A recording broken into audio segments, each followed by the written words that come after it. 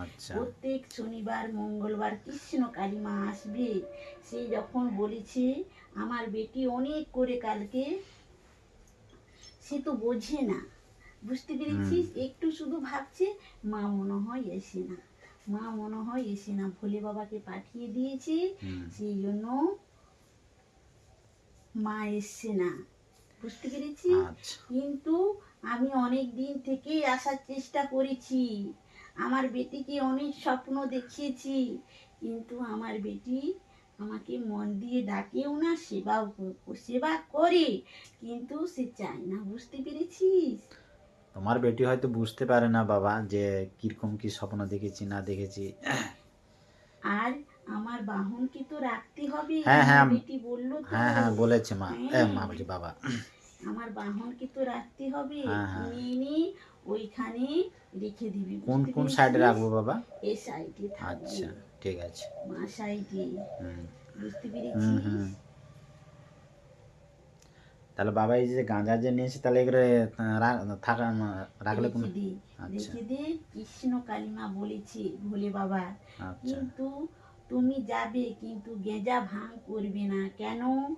আমি, আমার মা আমায় না হাম্পি দিলে আমি জাগ্রত হই না, আচ্ছা সেই জন্য গাঁজা খেতে বারণ করেছে, বুঝতে পেরেছিস? আচ্ছা।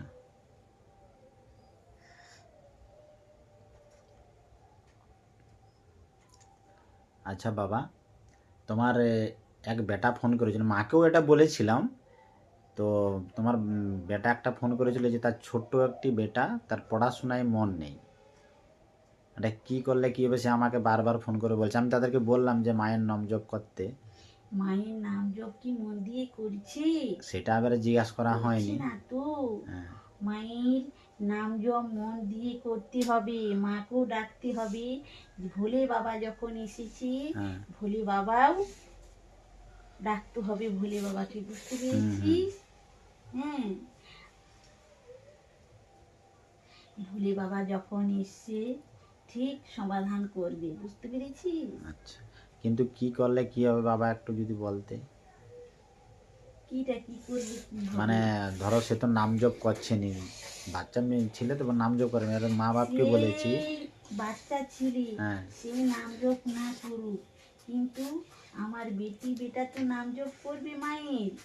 না তারা করবে, কিন্তু সে বলতে চাইছে যে কোনো যদি মানে আমার বেটাকে যদি কোনো কিছু দিত আর কি, ছোট বেটাকে, এইটার কথাই বলতে চাইছে। ছোট বেটাকে কোনো কিছু দিলে, তাকে তো দিয়েছে, সেখানে তো হ্যাঁ দিয়েছে। হ্যাঁ